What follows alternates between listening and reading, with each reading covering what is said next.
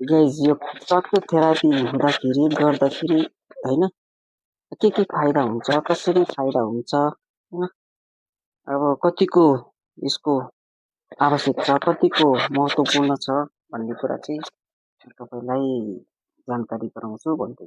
धेरै फाइदा छ है, धेरै फाइदा।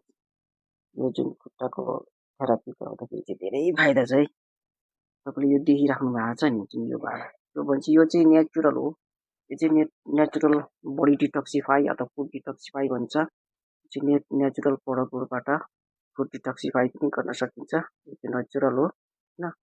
जुन यहाँ देखाइराखेको छ, म त्यो तपाईँलाई होइन प्याकेटमा दिइदिन्छु। यो छ नि, यो सेतो भएको छ नि, नेचुरल, यो चाहिँ जडीबुटी हो है। यो जडीबुटीबाट चाहिँ यसलाई 10-15 मिनट भिजाएर चाहिँ त्यो भिजाइसकेपछि निस्केको यसको जुन जुन एउटा क्वालिटी हुन्छ, यसबाट निस्केको जुन रस हुन्छ अथवा लिक्विड हुन्छ, त्यो लिक्विड चाहिँ शरीरभित्र गएर चाहिँ हाम्रो शरीरको होइन अब फोहोर मैलाहरू चाहिँ क्लिन गर्ने काम, अथवा फोहोर मैलाहरू क्लिन गर्ने काम, डिटक्सिफाई गर्ने काम होइन, जुन समस्या छ त्यो समस्याहरू दूर गराउने काम।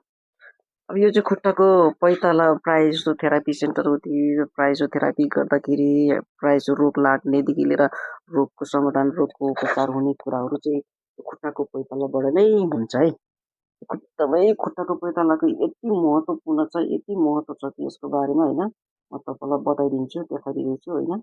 अब हेर्नुहोस्, खुट्टाको पैताला होइन, वुमेन फुड एकुपोइन्टहरू हेर्नु, वुमेन फुड एकुपोइन्टहरू हेर्नुहोस् त, डिफ्रेन्ट पोइन्टहरूले डिफ्रेन्ट हाम्रो बडीको पार्टहरूको काम गरिरहेको छ। हेर्नुहोस् कुन पार्टको कुन चाहिँ पोइन्टले कुन चाहिँ बडीको पार्टलाई चाहिँ कसरी काम गर्छ भन्ने कुराहरू यहाँ देखाएको है। अब यहाँ तपाईँको यो इमेजमा देखाएको छ भने यहाँ लिखित पनि भनेकै छ, लिखित पनि देखाएको छ। ल तपाईँलाई त्यो इमेजमा देखायो यहाँ लिखित पनि देखाएको छ।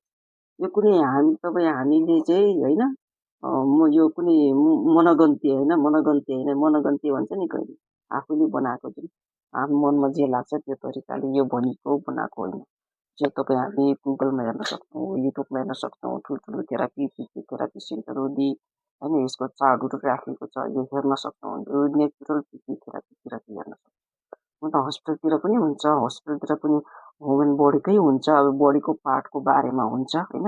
अब यहाँ चाहिँ यो चाहिँ तपाईँको जुन पोइन्ट, यो चाहिँ एको पोइन्टहरू, अब ह्यान्डको पोइन्टहरू, खुट्टाको पोइन्टहरूको बारेमा मैले भनेको है।